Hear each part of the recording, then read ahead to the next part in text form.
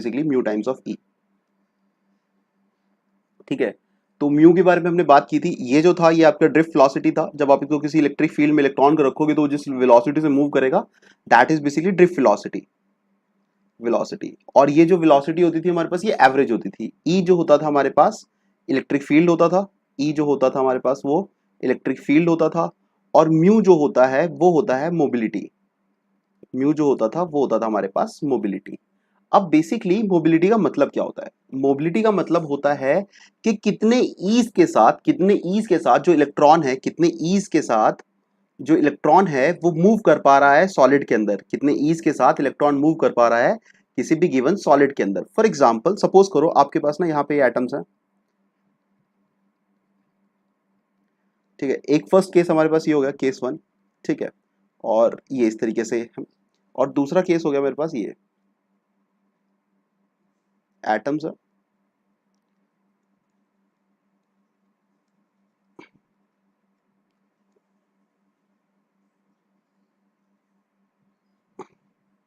Suppose करो दोनों का जो वॉल्यूम है वो सेम है, दोनों जो वॉल्यूम्स हैं वो सेम है, ठीक है।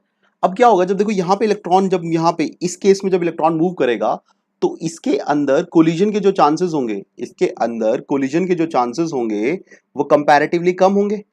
कोलिजन के जो चांसेस होंगे कंपैरेटिवली कम होंगे क्योंकि जो डिस्टेंस है इन दो एटम्स के बीच में क्या है वो काफी ज्यादा है। और इन दो एटम्स के बीच में जो मेरे को डिस्टेंस नजर आ रहा है वो डिस्टेंस जो है वो काफी कम है, ठीक है। तो यहाँ पे जो हमारे कोलिजन के चांसेस होंगे इस केस में हमारे पास कोलिजन के जो चांसेस होंगे, कोलिजन के जो चांसेस होंगे वो बहुत ज्यादा होंगे, ठीक है, वेरी हाई, वेरी हाई, ठीक। तो यही है कि इसके अंदर जो इलेक्ट्रॉन है बहुत इजीली मूव कर पाएगा। तो इसका मतलब इस ये जो फर्स्ट टाइप ऑफ मेरा कंडक्टर होगा या मेटल ये सॉलिड है मेरा, इसके अंदर मोबिलिटी जो है, मोबिलिटी ऑफ इलेक्ट्रॉन जो होगी वो काफी हाई होगी, मोबिलिटी ऑफ इलेक्ट्रॉन जो होगा वो काफी हाई होगा। और इस केस में आपके पास मोबिलिटी जो होगी, मोबिलिटी जो होगी, mobility is very low.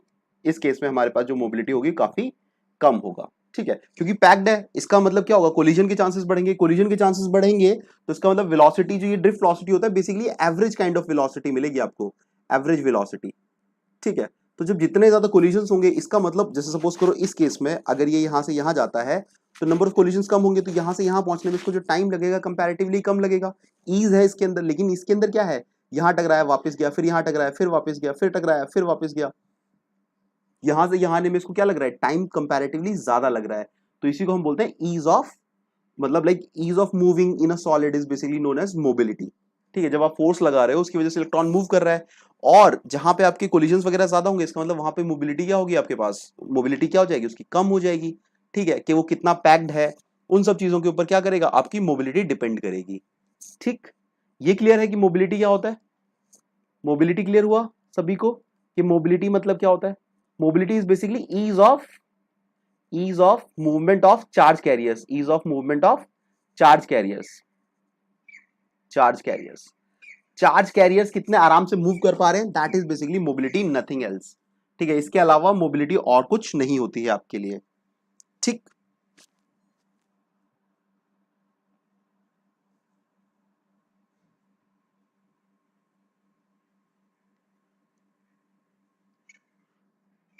Okay, यहां तक क्लियर है, यहां तक मोबिलिटी सभी को, मोबिलिटी ओके, ठीक है। अगर ये क्लियर है तो देखो अब मोबिलिटी हो गई। अब देखो इसके अंदर जब आपने क्या बोलते हैं इस सॉलिड के ऊपर एक इलेक्ट्रिक फील्ड लगाया था, इलेक्ट्रॉन जो था यहाँ पे मूव कर रहा था जिसकी वजह से आपको क्या मिलेगा, कुछ करंट मिलेगा, इसकी वजह से आपको क्या मिलेगा, कुछ करंट मिलेगा, ठीक है। अब वो जो करंट होगा इस तरह का जो हमारा करंट है ड्रिफ्ट वेलोसिटी, इस पे एक ड्रिफ्ट वेलोसिटी मिली, ड्रिफ्ट वेलोसिटी मिली, ड्रिफ्ट वेलोसिटी के साथ जो मूवमेंट हुआ उसकी वजह से आपको जो जनरेशन होगा वो किसका होगा, मतलब जब भी इलेक्ट्रॉन मूव करता है तो उसकी वजह से आपको करंट मिलता है। तो ये जो करंट होगा हमारा जो कि इलेक्ट्रिक फील्ड की वजह से जनरेट करेंगे इसको हम बोलेंगे drift current, drift current, drift current, simple drift current. अब देखो हमारा जो ड्रिफ्ट करंट होगा वो किन किन चीजों के ऊपर डिपेंड करेगा कि आपका जो जे ड्रिफ्ट है, आपका जो जे ड्रिफ्ट है वो प्रोपोर्शनल होगा एक तो जिस वेलोसिटी के साथ ये मूव कर रहा है, ड्रिफ्ट वेलोसिटी, जे बेसिकली क्या है, करंट पर यूनिट एरिया, ठीक है, करंट डेंसिटी निकाल रहे हैं हम लोग यहाँ पे, करंट डेंसिटी, करंट डेंसिटी। तो हमारा जो ये ड्रिफ्ट होगा that is basically proportional to VD, ठीक है, VD is basically drift velocity, drift velocity, ठीक है, जो हमारा जे ड्रिफ्ट होगा that is always proportional to drift velocity. और इसके अलावा हमारा जो ड्रिफ्ट वेलोसिटी होगी वो किस पे डिपेंड करेगी कि यहां पे ये जो इलेक्ट्रॉन्स हैं इनकी कंसंट्रेशन कितनी है, इनकी कंसंट्रेशन मतलब लाइक कितने नंबर ऑफ इलेक्ट्रॉन है, 10 है, 15 है, 100 है, 50 है। सपोज करो हमारे पास ये जो इलेक्ट्रॉन्स थे 100 थे, तो 100 electron multiply by charge across 1.6 × 10⁻⁻⁹ S19, ये होगा हमारा टोटल नंबर ऑफ जो चार्ज जो फ्लो कर रहा होगा। तो हमारा जो ये ड्रिफ्ट होता है उसकी एग्जैक्ट वैल्यू जो होती है that is basically equal to n.q.vd।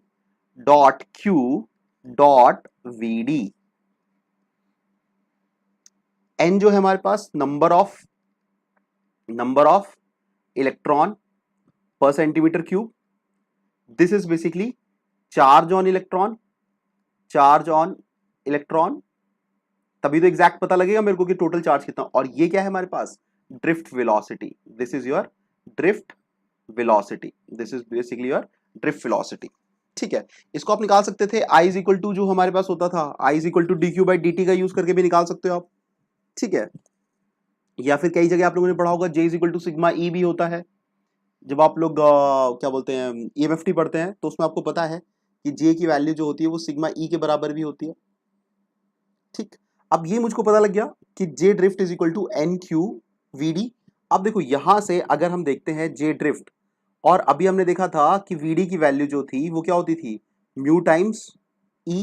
अगर मैं इस इक्वेशन A को इस इक्वेशन B के साथ कंपेयर करूंगा, इस इक्वेशन A को इस इक्वेशन B के साथ कंपेयर करूंगा तो मुझको पता लगेगा कि सिग्मा की जो वैल्यू होगी या कंडक्टिविटी जो होती है NQ/μN, कि कंडक्टिविटी जो किसी सॉलिड के अंदर होगी वो डिपेंड किस पे करेगी, number of charge carriers, number of charge carriers, और μN क्या है हमारे पास, मोबिलिटी। कंडक्टिविटी आप कैसे निकाल पाओगे कि भैया चार्ज कैरियर्स कितने, उसके अंदर जितने ज्यादा चार्ज कैरियर्स होंगे उतनी ही ज्यादा आपका क्या होगा, कंडक्टिविटी हाई रहेगी। और μN क्या है आपके पास, मोबिलिटी। अब देखो जितना ईज के साथ आप मूव कर पाओगे इसका मतलब क्या होगा, एक पॉइंट से दूसरे पॉइंट पे उतना ही जल्दी पहुंच पाओगे, क्योंकि करंट क्या होता था हमारे पास, dq/dt, और करंट ज्यादा इसका मतलब क्या है कि कंडक्टिविटी जो है सिस्टम की बहुत अच्छी है। तो जितनी ज्यादा मोबिलिटी होगी उतना ही आपका क्या होगा, कंडक्टिविटी भी ज्यादा होगी हमारे पास, ठीक है। तो यहां से हमको पता लगा अभी तक जो हमने इसके अंदर देखा, तो हमारे पास दो तीन चीजें निकल के आई कि एक तो हमारे पास जो ड्रिफ्ट वेलोसिटी थी वो प्रोपोर्शनल थी इलेक्ट्रिक फील्ड की, जिसकी वजह से आपको निकला Vd is equal to mu E। उसके बाद आपने देखा कि जो जे ड्रिफ्ट होता है that is proportional to Vd, and J drift is equal to, जो प्रोपोर्शनलिटी हटाते हैं तो number of charge carriers NQ into Vd। उसके बाद यहां से आपको पता लगा कि जे ड्रिफ्ट जो होगा that is equal to NQ/μN.E, और दूसरा होता था जे जो है आपके पास current density that is always equal to sigma E. तो यहां से आपको पता लगा कि कंडक्टिविटी जो होगी that is equal to NQ/μ, या N जरूरी नहीं है, N तो मतलब बेसिकली इलेक्ट्रॉन के लिए, तो N है तो N लिख लो, कोई दिक्कत नहीं है, ठीक,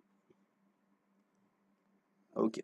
तो यहां पे किसी कोई परेशानी, यहां पे किसी को कोई दिक्कत, इस पर्टिकुलर पॉइंट तक किसी को दिक्कत, फॉर्मूले हैं ड्राइव कर दिए, कोई टफ नहीं है, सिंपल है।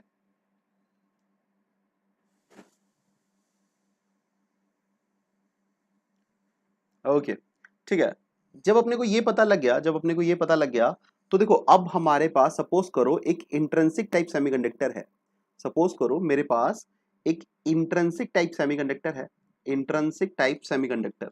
जब मैं इंट्रिंसिक टाइप सेमीकंडक्टर की बात करूंगा तो इसके अंदर मेरे पास इलेक्ट्रॉन्स भी होंगे, क्योंकि हम बात कर रहे हैं, हम अब हमेशा जब भी हम बात करेंगे ना, अगर जनरली मैं मेंशन नहीं कर रहा हूं तो इसका मतलब हम लोग हमेशा 300 केल्विन या फिर रूम टेम्परेचर की बात करेंगे, हमेशा हम लोग 300 केल्विन या फिर रूम टेम्परेचर की बात करेंगे। इंट्रिंसिक सेमीकंडक्टर में हमारे पास इलेक्ट्रॉन्स भी होंगे और होल्स भी होंगे।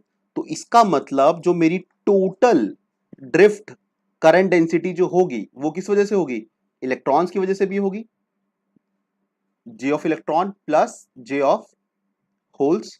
और अभी हमने देखा था कि जो हमारे पास जे होता है that is equal to sigma E हो सकता है, या फिर J is equal to N Q mu N dot E. ठीक है, तो इलेक्ट्रॉन के लिए निकालेंगे तो number of electrons multiply by charge into electrons into mobility into electrons into electric field, plus जब होल्स के लिए निकालेंगे हम लोग that is P number of holes dot charge on that hole, वो सेम रहता है, बस पॉजिटिव में आ जाता है हमारे पास। अब इसको हमने एन से शो कर दिया, इसको हम क्या कर देंगे म्यू पी से शो कर देंगे और डॉट ई, क्योंकि इलेक्ट्रिक फील्ड तो इसके अंदर क्या है, दोनों ही टाइम में सेम लग रही है आपके पास। तो that is equal to N Q mu N plus P Q mu P dot E. तो देखो इंट्रिंसिक जे ड्रिफ्ट जो होगा, J drift of intrinsic that is equal to conductivity of intrinsic multiply by electric field. तो इसका मतलब intrinsic जो semiconductor होगा उसकी कंडक्टिविटी किस पे डिपेंड करेगी, इलेक्ट्रॉन्स पे भी डिपेंड करेगी और होल्स पे भी डिपेंड करेगी। So that is equal to N Q mu N plus P Q mu P.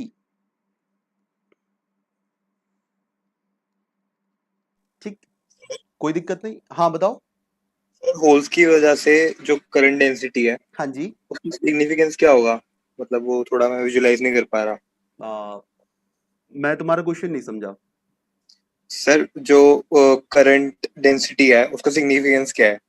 Current density है उसका सिग्निफिकेंस क्या है? हाँ जी सर। ओके कि अगर सपोज करो मैं कहीं पे भी एक वोल्टेज अप्लाई करता हूं, कहीं किसी भी सिस्टम के अंदर एक वोल्टेज अप्लाई करता हूं, तो उसके अंदर करंट कितना फ्लो कर रहा है, that was basically current density. और current J is equal to basically क्या होता था, I अपॉन ए। यही तो है हमारे पास, J जो होता है हमारे हमेशा I अपॉन ए के बराबर होता है। तो बेसिकली करंट डेंसिटी का यूज करके आप किसके टर्म से बात कर रहे हो, केवल करंट के टर्म से बात कर रहे हो। कि जो एक इंट्रिंसिक सेमीकंडक्टर है उसके अंदर जब आप एक वोल्टेज अप्लाई करोगे, जब इलेक्ट्रिक फील्ड है इसका मतलब क्या है, आपने एक वोल्टेज अप्लाई कर रखी है, जब एक वोल्टेज अप्लाई करोगे उसकी वजह से इस सिस्टम में करंट कितना फ्लो करेगा। अब देखो करंट किस वजह से फ्लो करता है, चार्ज कैरियर्स की वजह से, चार्ज कैरियर्स की वजह से। अब हम क्या कर रहे हैं, हम इलेक्ट्रॉन को भी चार्ज मान रहे हैं और होल्स को भी एक टाइप का कैरियर मतलब चार्ज कैरियर्स मान रहे हैं, और होल्स को भी एक kind of charge carriers consider कर रहे हैं। ठीक है, तो इसका मतलब जो करंट होगा उसके अंदर दोनों लोग खेल रहे होंगे, उसके अंदर दोनों लोग खेल रहे होंगे। इसका मतलब क्या हो, देखो इसको समझने की कोशिश करना। लाइक सपोज करो ये है हमारे पास, ओके इसको मैं यहां बनाता हूं। ठीक है, silicon silicon silicon silicon silicon silicon. ठीक है, ये भी सिलिकन,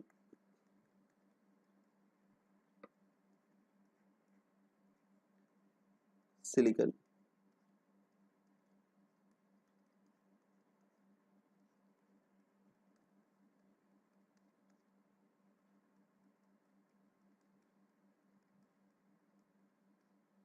ओके कुछ इस टाइप से।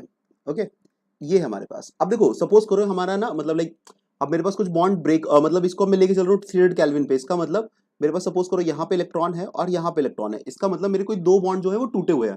मेरे को एक्जैक्टली नहीं पता बट मेरे कोई दो बॉन्ड टूटे हुए, तो मैं मान लेता हूँ कि सपोज करो मेरे पास एक वैकेंसी यहाँ पे है और एक वैकेंसी मेरे पास सपोज करो यहाँ पे है।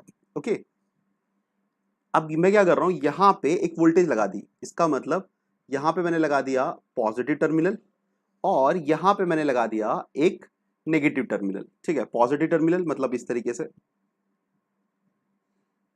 ये लगा दिया है। ठीक है, तो देखो अब ये जो इलेक्ट्रॉन्स हैं, ये जो इलेक्ट्रॉन्स हैं ये इस तरफ मूव करेंगे बड़े आराम से। जब ये फोर्स मिलेगी तो ये जो इलेक्ट्रॉन है ये यहां मूव कर जाएगा। ये देखो जब ये इलेक्ट्रॉन यहां मूव कर गया तो देखो इसके अंदर से यहां से कुछ ना कुछ इलेक्ट्रॉन्स अंदर आए होंगे, यहां से कुछ ना कुछ इलेक्ट्रॉन जो है अंदर आए होंगे। जब ये कुछ इलेक्ट्रॉन जब यहां पे अंदर आए होंगे, ठीक है ये इलेक्ट्रॉन अंदर आए। अब इसमें जैसे ये इलेक्ट्रॉन अंदर आया तो ये इलेक्ट्रॉन बाहर जा चुका है। ठीक है, तो बेसिक क्या हुआ कि ये जो इलेक्ट्रॉन्स है, जैसे हर सिस्टम क्या करता है अपने आप को न्यूट्रल रखने की कोशिश करता है। ये इलेक्ट्रॉन आया, ये इलेक्ट्रॉन बाहर निकल गया, इसका मतलब यहां से एक इलेक्ट्रॉन निकला था, यहां पे एक इलेक्ट्रॉन पहुंच गया। ठीक है, अब आपके पास दो फ्री थे, इसका मतलब यहां से दो इलेक्ट्रॉन घुस गए क्योंकि डिस्टेंस बहुत ज्यादा था ना, और दो यहां से एक तरह से निकल गए। हर बार ऐसा ही होता रहेगा कि दो जनरेट होंगे, दो बाहर निकलते जाएंगे। तो ये तो हो गया हमारे पास जो फ्री इलेक्ट्रॉन्स थे, फ्री इलेक्ट्रॉन्स की वजह से मूवमेंट हो गया, फ्री इलेक्ट्रॉन्स की वजह से मूवमेंट हो गया जो कि विजिबल है। अब देखो ये जो था हमारे पास सपोज करो ये है होल है।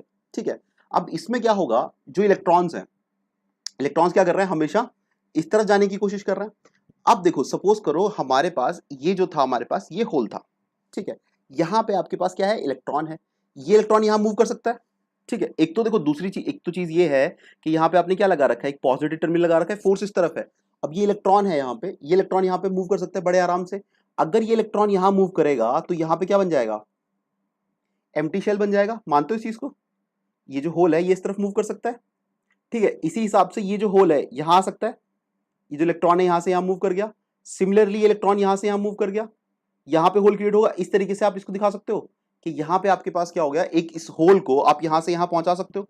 उसके बाद सपोज करो जैसे ही इलेक्ट्रॉन यहां पे आएगा, इसके अंदर बैठ गया, लेकिन जैसे इलेक्ट्रॉन इसके अंदर आया, ओवरऑल चार्ज क्या हो जाएगा सिस्टम का, नेगेटिव। और उसको न्यूट्रल करने के लिए इसको क्या करना पड़ेगा, एक इलेक्ट्रॉन को किसी ना किसी बॉन्ड से निकालना पड़ेगा। तो इसका अंदर सपोज करो यहां से आपका इलेक्ट्रॉन निकल गया और यहां पे दोबारा क्या हो गया, आपके पास एक होल जनरेट हो गया। देखो इलेक्ट्रॉन यहां आया और यहां पे आपका दोबारा से होल बन गया। अब देखो इसके अंदर देखना, जो मूवमेंट था, जो यहां पे मूवमेंट था, वो तो इलेक्ट्रॉन का ही चल रहा है। जो यहां से यहां मूव कर रहे थे वो इलेक्ट्रॉन चल रहे थे, लेकिन जो एम्प्टी स्पेस था वो क्या कर रहा था, उसके अपोजिट तरफ मूव कर रहा था। इसका मतलब जो एम्प्टी स्पेसेस थी वैलेंस बैंड के अंदर, एम्प्टी स्पेसेस जो थी, एम्प्टी स्पेसेस जो थी वैलेंस बैंड के अंदर, वो भी क्या कर रही थी, मूव कर रही थी। तो मेरे को क्या करना पड़ेगा, इसकी जो कंडक्टिविटी है वैलेंस बैंड की वजह से जो थोड़ा बहुत कंडक्शन हो रहा है, उसको भी मुझको कंसिडर करना पड़ेगा। क्योंकि अगर आपके पास दो इलेक्ट्रॉन थे तो इसका मतलब वैलेंस बैंड के अंदर, वैलेंस बैंड के अंदर आपके पास क्या बोलते हैं, हाँ, अगर आपके पास दो इलेक्ट्रॉन थे तो बेसिकली दो ही होल्स होंगे। और वो जो दो होल्स हैं उनका जो मूवमेंट है वो कहां पे है, अपोजिट डायरेक्शन में है, क्योंकि होल्स यहां पे जाएंगे। डेफिनेट सी बात है, इलेक्ट्रॉन आपका यहां पे आ रहा है, अब यहां से ये बेसिकली बाहर निकल जाएगा, यहां पे दोबारा से आपके पास होल क्रिएट हो जाएगा।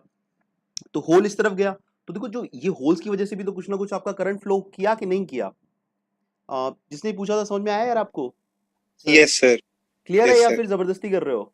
नहीं सर, आ गया, समझ आ गया। पक्का ना, क्योंकि अगर फिजिकल सिग्निफिकेंस की बात करेंगे तो जो फ्री इलेक्ट्रॉन्स है वो भी मूव करेंगे, और जो इलेक्ट्रॉन्स हमारे पास वैलेंस बैंड के अंदर है वो भी मूव करेंगे। बट वैलेंस बैंड के अंदर जो इलेक्ट्रॉन्स मूव कर रहे हैं ना, वो भी देखो सेम डायरेक्शन में, इलेक्ट्रॉन का मूवमेंट सबका सेम डायरेक्शन के अंदर है।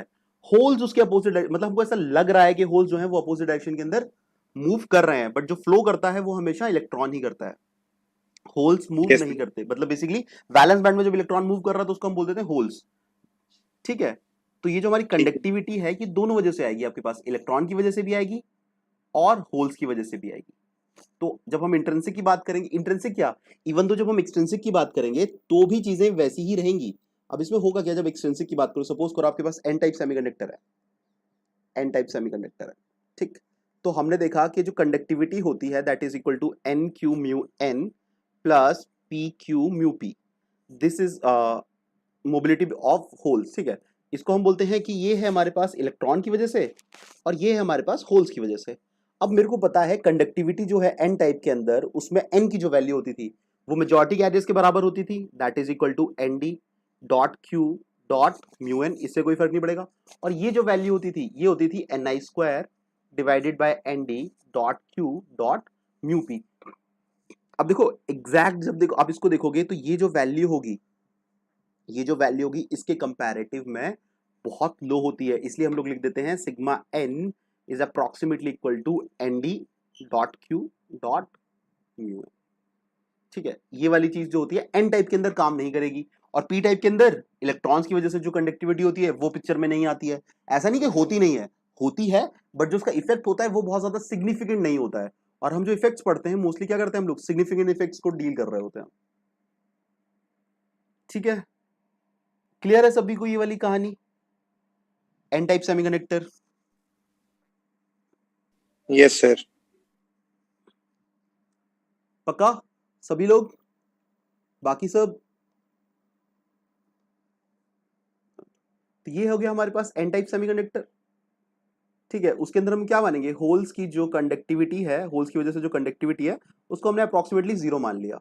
वैसे ही for P type semiconductor that is equal to N A dot Q dot mu P, यहां पे इलेक्ट्रॉन की वजह से जो कंडक्टिविटी होगी उसको हम लोग जीरो कंसिडर कर लेंगे, सिंपल। ओके, ठीक है, ये क्लियर है हमको, sigma N sigma P and P type semiconductor के अंदर और एन टाइप सेमीकंडक्टर के अंदर। अच्छा, जो हमारा एक मटेरियल, सपोज करो हमारे पास एक ही मटेरियल है, ठीक है, और उसमें ये कहा जाता है, उसमें आपको ये बताया जाता है कि इलेक्ट्रॉन की जो कंडक्टिविटी है, इलेक्ट्रॉन की जो मोबिलिटी होती है, इलेक्ट्रॉन की जो मोबिलिटी होती है वो ग्रेटर होती है as compare to hole mobility, as compare to hole mobility. तो इसका रीजन क्या होता है? रीजन, ठीक है, इसका रीजन क्या होगा कि जो हमारे पास इलेक्ट्रॉन मोबिलिटी होती है वो ज्यादा होती है as compare to hole mobility? कोई भी बता दे, कोई भी एक्सप्लेन कर सकता है? क्वेश्चन समझ में आया ना सभी को? कि जो हम वो बोलते हैं कि इलेक्ट्रॉन की मोबिलिटी जो होती है कंपैरेटिवली ज्यादा होती है as compare to hole mobility, approximately 2.5 times, 2.5 times का डिफरेंस होता है दोनों के बीच में अप्रोक्सीमेटली, या 2 का लगा लो, ठीक है। तो कोई बता पाएगा कि कैसे होता है ये? कोई भी?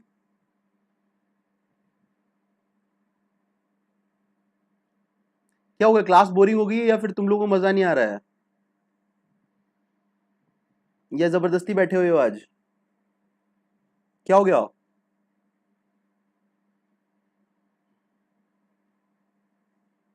सर उनके वो वेट मास की वजह से शायद।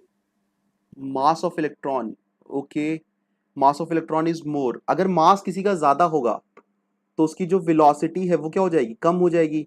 तो मैम ने लिखा था mass of electron is more, अगर मास ऑफ इलेक्ट्रॉन ज्यादा हो जाएगा हमारे पास तो उसकी वेलोसिटी जो है कम हो जाएगी, कम हो जाएगी मतलब मोबिलिटी भी क्या होगी, कंपैरेटिवली कम होगी। बट मोबिलिटी की बात कर रहे हैं हम लोग, इलेक्ट्रॉन की मोबिलिटी जो होती है वो ज्यादा होती है। तो जो मास होता है ना वो, और वो मास भी नहीं होता, वो होता है basically effective mass, effective mass, effective mass of holes are more than, holes are more than effective mass of electron, generally effective mass of,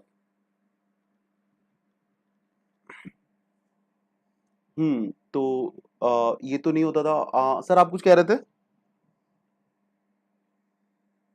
कोई तो था मतलब मेरे साथ अभी ऑडियो पे। यही कह रहा था, हम्म यही कह रहा था सर मैं भी। इफेक्टिव मास की वजह से होती होगी उसकी, क्योंकि मास उसका ज्यादा हो गया होल का, तो वो थोड़ा स्लो होता होगा उससे। ओके, और इफेक्टिव मास क्या होता है? सर हम्म ये मतलब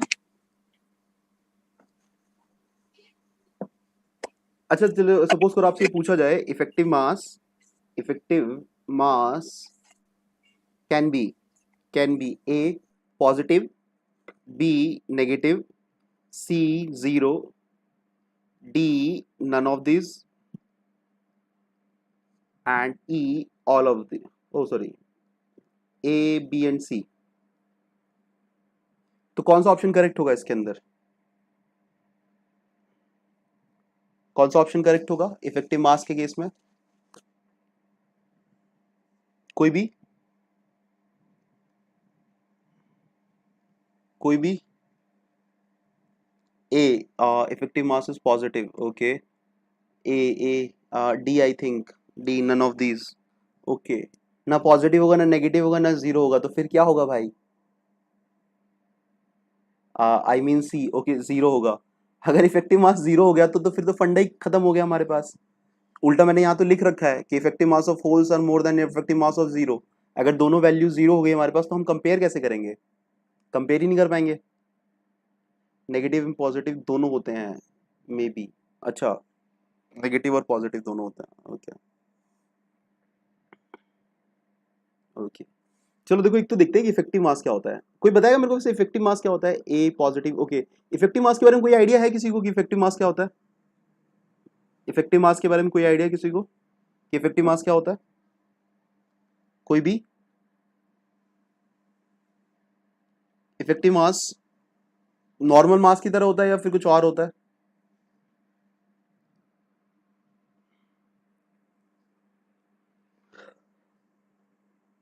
सर नॉर्मल मास की तरह तो नहीं होता, ओके मतलब फोर्स से लेना देना होता है शायद। ओके, नॉर्मल तो नहीं होगा, ओके, ठीक है फिर सर। मतलब जब किस पे फोर्स एक्ट करे तो। ओके, चलो देखते हैं, इसको समझने की कोशिश करते हैं, एग्जांपल के साथ समझने की कोशिश करते हैं। लाइक सपोज करो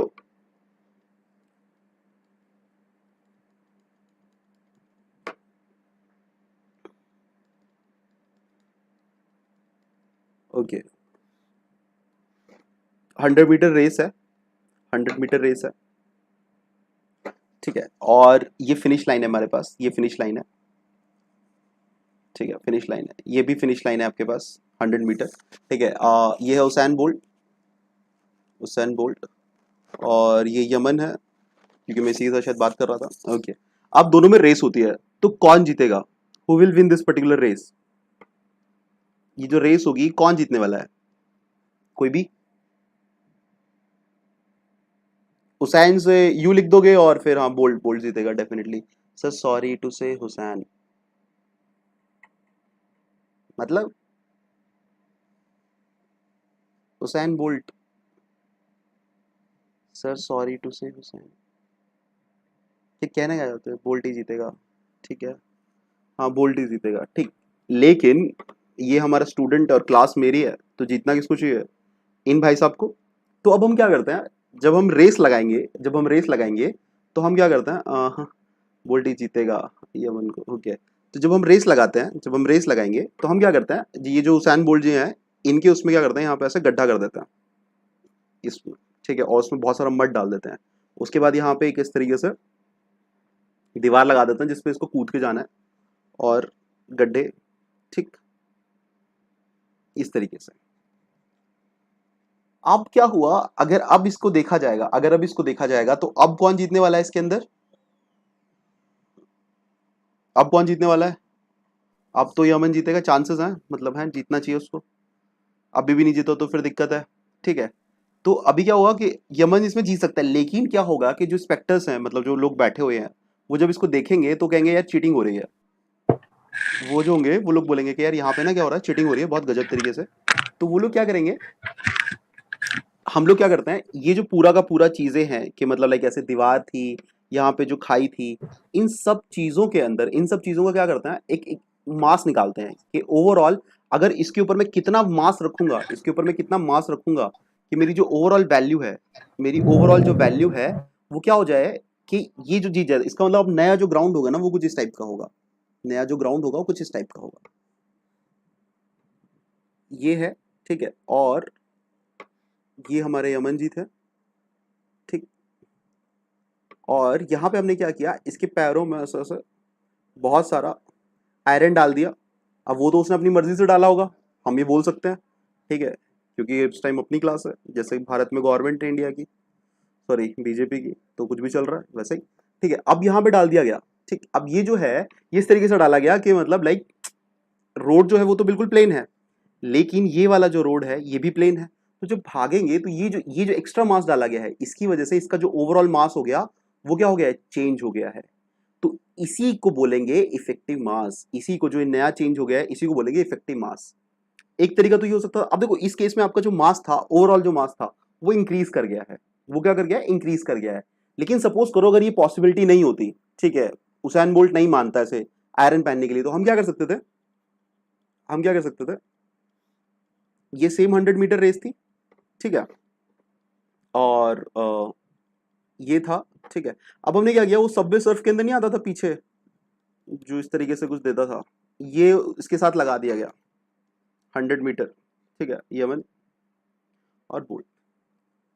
अब क्या हुआ, जब ये इसके पीछे लगा दिया गया तो इसकी स्पीड क्या हो गई, कंपैरेटिवली इंक्रीज कर गई। तो इस केस में इनका जो इफेक्टिव मास था वो क्या हो जाएगा, इफेक्टिव मास जो होगा वो क्या हो जाएगा, कंपैरेटिवली रिड्यूस कर जाएगा, रिड्यूस कर जाएगा। तो effective mass can B positive, effective mass can B negative. तो इफेक्टिव मास जो था आपका वो पॉजिटिव भी हो सकता था, नेगेटिव भी हो सकता था, डिपेंड करेगा क्या कहानी है। तो अब देखो होता क्या है कि हर सिस्टम के अंदर, हर सिस्टम के अंदर क्या होता है, बहुत सारी चीजें होती हैं, मतलब बहुत सारे एटम्स हैं, ठीक है, उसके बाद इम्प्योरिटीज भी हैं, उनसे भी टकराता है। तो हम क्या करते हैं, हम इलेक्ट्रॉन को ऐसे नहीं लेते कि भाई इसका इंडिविजुअल मास क्या होता है, वो तो 9.1 इन 10⁻³ kg है। हम लोग क्या करते हैं, हम क्या करते हैं, पूरी हर्डल्स को हटा देते हैं, उसकी जो ओवरऑल वैल्यू होती है वो इसके ऊपर पुट कर देते हैं, ठीक है, वो इसके ऊपर पुट कर देते हैं, that is known as effective mass. कि आपके पास जितनी भी चीजें हैं उन सबका एक इंडिविजुअली आप मास निकालते हो, वो उसके ऊपर पुट कर देते हो। It can B positive, it can B negative, क्योंकि यहाँ पे आप क्या कर रहे हो, बेसिकली कंपैरिजन कर रहे थे। इफेक्टिव मास हमेशा हम किस हिसाब से निकाल रहे हो, कंपेयर करके निकाल रहे हो, ठीक है। इफेक्टिव मास क्लियर हो गया सभी को, मतलब लाइक एक जनरल आइडिया इफेक्टिव मास क्या होता है। Yes sir. ओके, बाकी सब लोग ठीक है, इफेक्टिव मास क्लियर है। ठीक, अभी क्या कहानी थी हमारे पास, वही कहानी थी मोबिलिटी वाली के, ठीक है। इलेक्ट्रॉन की जो मोबिलिटी होती है वो ज्यादा होती है, mu N is greater than mu P. ठीक है, एक तो हो गया इफेक्टिव मास, ठीक है, इफेक्टिव मास वाली कहानी होगी। लेकिन इफेक्टिव मास को ना, इफेक्टिव मास अभी हमने बताया था कि वो जो डिपेंड करता है वो हर सिस्टम के अंदर करता है। तो म्यू एन और म्यू पी के अंदर कभी कभी उल्टा भी हो सकता है, there are chances, there are some atom जहां पे ये उल्टा भी हो जाता है। ठीक है, तो अब वो वाला केस तो हमारे पास हट गया, मतलब ये जो है इफेक्टिव मास ये हर जगह वैलिड एज इट इज नहीं रहेगा, यूनिवर्सल नहीं है। तो इसके अलावा अगर आपको बताना पड़े कि जो मोबिलिटी होती है इलेक्ट्रॉन की वो ज्यादा होती है, मतलब लाइक इलेक्ट्रॉन बहुत जल्दी मूव करेगा एज कंपेयर टू होल्स, तो कोई और किसी तरीके से बता सकता है इसके अलावा?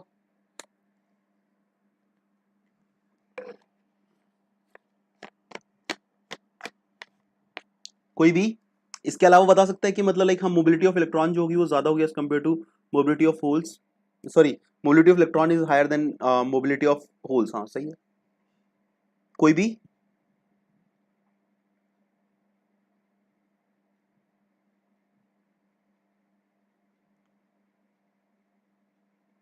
अरे भाई इतना सन्नाटा क्यों है सर? डोपिंग डिफर होगा यार, सेम सब, जब मैं इसकी बात कर रहा हूँ तो इसका मतलब ये किस में है, सेम मटेरियल के अंदर है। जब मैं बात कर रहा हूँ तो ये किसके अंदर है, सेम मटेरियल के अंदर है, तो डोपिंग का तो कोई फंडा ही नहीं आएगा इसके अंदर। कोई भी मतलब लाइक एग्जांपल के साथ भी बता सकता है। अभी तक हमने जो पढ़ा उसकी बेसिस पे या जैसे तुमको लगता है, क्योंकि देखो जो कंसेप्ट है ना जो थोड़े बहुत गलत होंगे, जब तुम बात करोगे, जब तुम बताओगे कि हाँ यार मैंने बताया था गलत था, एग्जाम में फिर वो याद आ जाएगा। वैसे एग्जाम में नहीं पूछा जाएगा, ये इंटरव्यूज में आएगा तुम्हारे पास बेसिकली। इस तरह की चीजें जो होती है वो बेसिकली इंटरव्यूज में डील करते हो आप लोग, बट कंसेप्ट इंपॉर्टेंट होता है हमारे पास। सर एक बार ये क्वेश्चन रिपीट करना दोबारा। इलेक्ट्रॉन की जो मोबिलिटी है, मतलब जैसे एक इलेक्ट्रॉन है ये मूव कर रहा है इसके अंदर, और आपका होल मूव कर रहा है इसके अंदर, तो इलेक्ट्रॉन जो मूव करता है वो कंपैरेटिवली फास्ट करता है एज कंपेयर टू जो होल्स होते हैं, उनका जो मूवमेंट होता है वो कंपैरेटिवली स्लो होता है। इफेक्टिव मास के अलावा क्या रीजन होता है, क्योंकि इफेक्टिव मास जो है हमारा यूनिवर्सल नहीं है। कोई भी? ओके चलो देखते हैं इसको। अभी क्या हुआ, एग्जाम्पल लेते हैं कि सपोज करो, एग्जाम्पल से समझेंगे हम लोग। ये आपका है कंडक्शन बैंड, ये आपका है conduction band. Okay,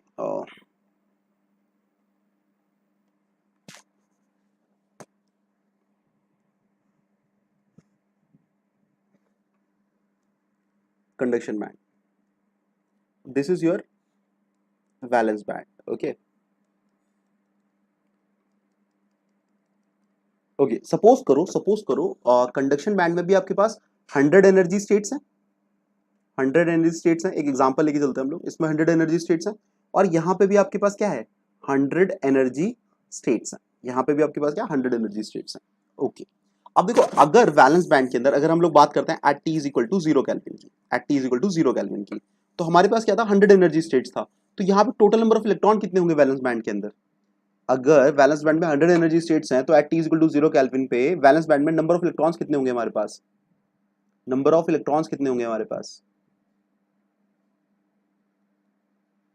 number of electrons in valence band 100 definitely, ठीक है, 100 इलेक्ट्रॉन्स होंगे, 100 इलेक्ट्रॉन्स। और यहाँ पे 100 एनर्जी स्टेट थी, यहाँ पे आपके पास 0 इलेक्ट्रॉन्स हैं, कोई दिक्कत नहीं है। अब हम बात करते हैं T is equal to 300 kelvin की। हम सपोज करते हैं कि कुछ बॉन्ड्स जो है आपके टूट गए और वो चले गए, मतलब सपोज करो आपके ना 10 इलेक्ट्रॉन जो है, 10 बॉन्ड टूटे और 10 इलेक्ट्रॉन जो थे ऊपर चले गए। ठीक है, तो ये आपका वैलेंस बैंड, ये आपका कंडक्शन बैंड। अब कंडक्शन बैंड में एनर्जी स्टेट्स पे तो कोई फर्क पड़ता नहीं है, 100 एनर्जी स्टेट्स, 100 एनर्जी स्टेट्स। अब यहां पे आपके पास है 90 इलेक्ट्रॉन्स, और यहां पे आपके पास है बेसिकली 10 इलेक्ट्रॉन्स, 10 इलेक्ट्रॉन्स, ठीक है। और यहाँ पे आपके पास 100 एनर्जी स्टेट्स हैं, यहाँ पे भी आपके पास 100 एनर्जी स्टेट्स हैं, लेकिन आपके पास जो नंबर ऑफ इलेक्ट्रॉन्स हैं वो कितने हैं, बेसिकली 90 है। तो देखो अगर एनर्जी स्टेट्स को, अगर आप एनर्जी स्टेट्स को हाईवे के ऊपर लेन समझ के देखोगे, हाईवे के ऊपर लेन समझ के देखोगे, लेन, एक 1 लेन 2 लेन मतलब 3 लेन उस तरीके से 100 लेन्स हैं आपके पास, ठीक है 100 लेन्स हैं और उसमें जो मूवमेंट हो रहा है वो हो रहा है केवल 10 इलेक्ट्रॉन्स का, 10 इलेक्ट्रॉन्स का। वैलेंस बैंड के केस में आपके पास क्या हो रहा है, वैलेंस बैंड के केस में आपके पास क्या हो रहा है कि आपके पास 100 लेन है, 100 लेन है और आपके पास 90 इलेक्ट्रॉन्स हैं, 90 इलेक्ट्रॉन्स हैं। किस केस के अंदर जो मूवमेंट होगा वो जो होगा वो ज्यादा तेज होगा, किस केस के अंदर जो मूवमेंट होगा इलेक्ट्रॉन्स का वो मतलब लाइक ऐसा है कि बिना रिस्ट्रिक्शन के और बड़े आराम से मतलब जा सकता है हमारे पास, डेफिनेटली कंडक्शन बैंड के अंदर, क्योंकि हमारे पास 10 इलेक्ट्रॉन है, यहां पे टकराने की चांसेस बहुत कम है, पी के चलाएंगे तो भी नहीं टकरा सकते लोग, कितने ही हाई रहेंगे उससे भी कोई फर्क नहीं पड़ेगा, ठीक है। टकराने के चांसेस मतलब लाइक आपस में कोलिजन के चांसेस जो होंगे कंपैरेटिवली कम है। इस केसेस में क्या है आपके पास कि 100 लेन्स है 90, तो इसका मतलब क्या है कंप्लीटली पैक्ड है, आप एक से दूसरे में जाओगे तो क्या होगा कोलिजन के चांसेस क्या होंगे कंपैरेटिवली ज्यादा होंगे, तो इसीलिए आपकी जो मोबिलिटी होती है, मोबिलिटी जो आपकी होती है वो हाई होती है, मोबिलिटी जो आपकी होती है वो हाई होती है in case of electron as compare to holes, क्योंकि होल्स का मतलब क्या है इलेक्ट्रॉन का ही मूवमेंट है किसके अंदर, वैलेंस बैंड के अंदर, वैलेंस बैंड के अंदर, ठीक। ये क्लियर हो गया, ये पॉइंट क्लियर है सभी को?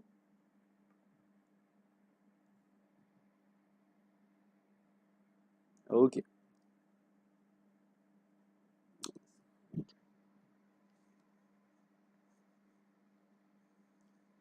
ओके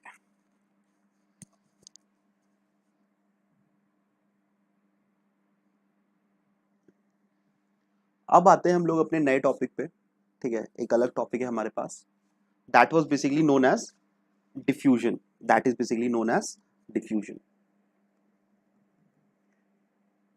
डिफ्यूजन, ठीक है डिफ्यूजन। अब डिफ्यूजन जो होता है, डिफ्यूजन एक नेचुरल प्रोसेस है, डिफ्यूजन जो है एक नेचुरल प्रोसेस है, ठीक है, जिसके अंदर आप हायर कंसंट्रेशन से लोअर कंसंट्रेशन की तरफ मूव करते हो, जहां पे आप हायर कंसंट्रेशन से लोअर कंसंट्रेशन की तरफ मूव करते हो, जैसे कि हमारे कॉलेज के अंदर जो मैकेनिकल डिपार्टमेंट होता है वो हमेशा सीएससी डिपार्टमेंट की तरफ मूव करता है, नेचुरल प्रोसेस है, ठीक। तो वैसे ही कि आप क्या करते हो हायर कंसंट्रेशन से लोअर कंसंट्रेशन की तरफ मूव करते हो, उसको हम बोलते हैं डिफ्यूजन। जैसे अगरबत्ती होती है, अगरबत्ती का जो धुआं होता है वो क्या कर रहा होता है बेसिकली एयर के अंदर डिफ्यूज कर रहा होता है, एयर के अंदर क्या कर रहा होता है बेसिकली डिफ्यूज कर रहा होता है। तो जहां पे भी आपके पास हायर कंसंट्रेशन होगी, हायर कंसंट्रेशन से आप जब लोअर कंसंट्रेशन की तरफ मूव करोगे उसी को हम बोलते हैं डिफ्यूजन, उसी को हम बोलते हैं डिफ्यूजन, ठीक। सर मैं सीएससी से कैसे, मैकेनिकल से सीएससी से कैसे, ओके कोई नहीं, अभी पोगो देखो थोड़े दिन बाद पता लगेगा कि कैसे जाते हैं हम लोग मैकेनिकल इंजीनियर से सीएससी की तरफ, ठीक है कोई नहीं।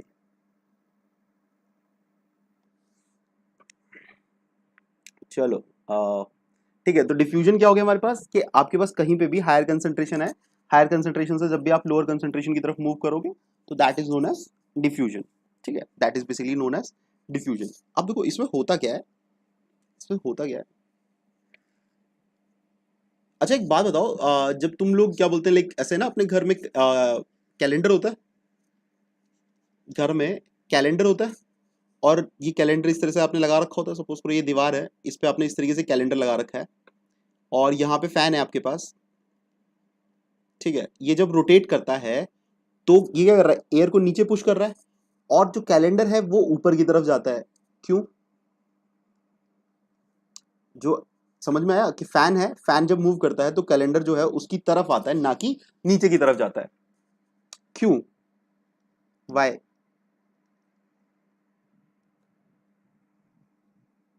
कोई भी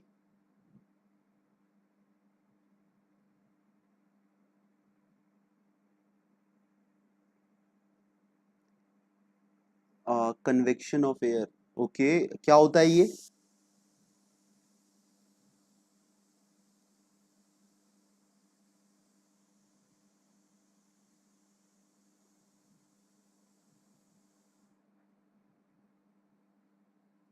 गर्म हवा ठंडी हवा या कुछ और?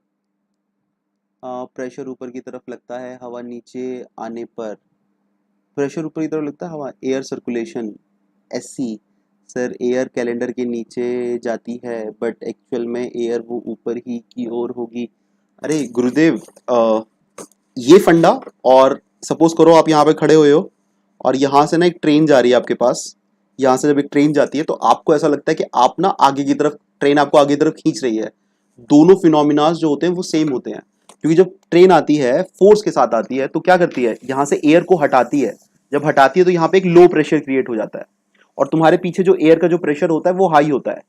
तो क्या होता है, एयर हमेशा हाई प्रेशर से लो प्रेशर की तरफ मूव करती है। That is basically diffusion. और इस केस में भी क्या होता है आपके पास कि जो ये कैलेंडर जो है इसके पीछे भी कुछ ना कुछ एयर होती है, वो जो होती है वहां पे हायर कंसंट्रेशन, और जब फैन चलता है तो वहां पे एक लो प्रेशर क्रिएट हो जाता है। तो हाई प्रेशर से लो प्रेशर की तरफ, इसलिए वो ऊपर की तरफ मूव करता है। दोनों ही केसेस में जो रीजन था वो क्या था आपके पास, डिफ्यूजन। दोनों ही केसेस में जो रीजन था वो था डिफ्यूजन। ठीक, पक्का? नहीं तो ऐसे कोई दिक्कत नहीं, जाके देख लेना। तो अभी क्या हुआ हमारे पास, सपोज करो ये था एक सिस्टम है, यहाँ पे कंसंट्रेशन जो है इलेक्ट्रॉन्स की, यहाँ पे जो कंसंट्रेशन है इलेक्ट्रॉन्स की, सपोज करो N1 है। यहाँ पे जो कंसंट्रेशन है इलेक्ट्रॉन्स की वो है N2। तो जो इलेक्ट्रॉन्स होंगे वो डेफिनेटली क्या करेंगे, हायर कंसंट्रेशन से लोअर कंसंट्रेशन की तरफ मूव करने की कोशिश करेंगे, क्योंकि ये क्या कोशिश करेगा कि हर तरफ जो इलेक्ट्रॉन की कंसंट्रेशन है वो क्या हो जाए, सेम हो जाए। हर तरफ इलेक्ट्रॉन की जो कंसंट्रेशन है वो क्या हो जाए, सेम हो जाए। This is position 1, this is suppose करो पोजीशन 2। तो जो यहां से यहां मूव करेगा, ठीक है, ये concentration of electron, this is also concentration of electron. ठीक है, इलेक्ट्रॉन हमारे यहाँ पे मूव कर रहे हैं। ठीक, अभी देखो इसका मतलब क्या होगा, यहाँ पे जो करंट आपका जो ये जो इलेक्ट्रॉन जो है वो मूव हुए, क्योंकि यहाँ पे कंसंट्रेशन के बीच में डिफरेंस था। There is a concentration gradient, there is a concentration gradient. Concentration gradient का मतलब कि dN/dx की कुछ वैल्यू मिल रही है आपको। अगर ये नहीं होगा मतलब देयर इज नो चेंज। ये क्या है, N2 - N1 divided by X2 - X1, यही होता है। ठीक है, बस हम क्या करते हैं कि हाँ इसके बीच में जो चेंज है वो बहुत छोटा होता है, तब हम उसको डिफरेंशिएशन बोल देते हैं। तो इसका मतलब कि अगर तुम्हारे पास दो पॉइंट्स के बीच में कंसंट्रेशन ग्रेडियंट नहीं होगा तो आपका करंट जो है वो डिफ्यूजन, या फिर जो आपके इलेक्ट्रॉन है बिकॉज ऑफ डिफ्यूजन मूव नहीं करेंगे। डिफ्यूजन तभी होगा जब आपके पास कंसंट्रेशन ग्रेडियंट होगा, जब भी आपके पास कंसंट्रेशन ग्रेडियंट होगा। ठीक है, कंसंट्रेशन ग्रेडियंट। तो इसका मतलब देखो इलेक्ट्रॉन यहां पे मूव कर रहे हैं, अगर इलेक्ट्रॉन कंसंट्रेशन ग्रेडियंट की वजह से मूव कर रहे हैं तो इसका मतलब इस केस में क्या बनेगा, आपके पास इलेक्ट्रॉन मूव करते हैं तो हमेशा हमको क्या मिलता है, करंट मिलता है। तो इसका मतलब डिफ्यूजन की वजह से भी आपको क्या मिलेगा, करंट मिलेगा। जे डिफ्यूजन, जे डिफ्यूजन। और ये किसके ऊपर डिपेंड करेगा, ये केवल डिपेंड करेगा आपका कंसंट्रेशन ग्रेडियंट के ऊपर। ये हमेशा आपका डिपेंड करेगा कंसंट्रेशन ग्रेडियंट के ऊपर। कंसंट्रेशन ग्रेडियंट कितना है, और चार्ज, डेफिनेट सी बात है चार्ज भी होना चाहिए। और जब आप इस प्रोपोर्शनैलिटी को हटाओगे तो जे डिफ्यूजन जो होगा, जे डिफ्यूजन जो होगा that is basically equal to dn dot q dot dn/dx। J diffusion is equal to dn dot q dot dn/dx। क्योंकि इसके अंदर क्या हुआ हमारे पास, इसके अंदर this is concentration gradient, concentration gradient. ये तो पता लगा कितना है, कितने इलेक्ट्रॉन्स मिल रहे हैं उसके हिसाब से, और ये बताएगा कि उनके ऊपर चार्ज कितना है। Charge that is 1.6 × 10⁻⁹ Coulomb's. और ये जो है इसको हम बोलते हैं डिफ्यूजन कांस्टेंट। डिफ्यूजन कांस्टेंट, जो डिफ्यूजन कांस्टेंट होता है उसका मतलब, जैसे मोबिलिटी था, मोबिलिटी का मतलब क्या था कि कितने ईज के साथ वो ड्रिफ्ट हो पा रहा है, कितने ईज के साथ वो मूव कर पा रहा है। वैसे ही जो डिफ्यूजन कांस्टेंट है वो बताता है कि इलेक्ट्रॉन कितना ईज के साथ सिस्टम में कंसंट्रेशन ग्रेडियंट की वजह से डिफ्यूज हो पा रहा है, कितने ईज के साथ डिफ्यूज हो पा रहा है। ठीक है, इलेक्ट्रॉन जो होगा कितने ईज के साथ बेसिकली डिफ्यूज हो पा रहा है या फिर मूव कर पा रहा है because of diffusion, because of diffusion, because of diffusion. ठीक है, बिकॉज ऑफ डिफ्यूजन। अब देखो इसके अंदर एक चीज जो अपने को ध्यान रखनी है वो ये है कि सपोज करो आपने ये माना है कि ये आपके पास ये था N2, ये था सपोज करो N1, ये हाई कंसंट इलेक्ट्रॉन जो है, इलेक्ट्रॉन यहां पे मूव कर रहा है, तो करंट का डायरेक्शन आपके पास क्या होगा, डेफिनेटली ये होगा, this is I diffusion. Current का डायरेक्शन जो होगा इलेक्ट्रॉन के अपोजिट होगा। तो जब आप जे की बात करोगे, आप जब जे की बात करोगे that is equal to dn dot Q dot dn by dx।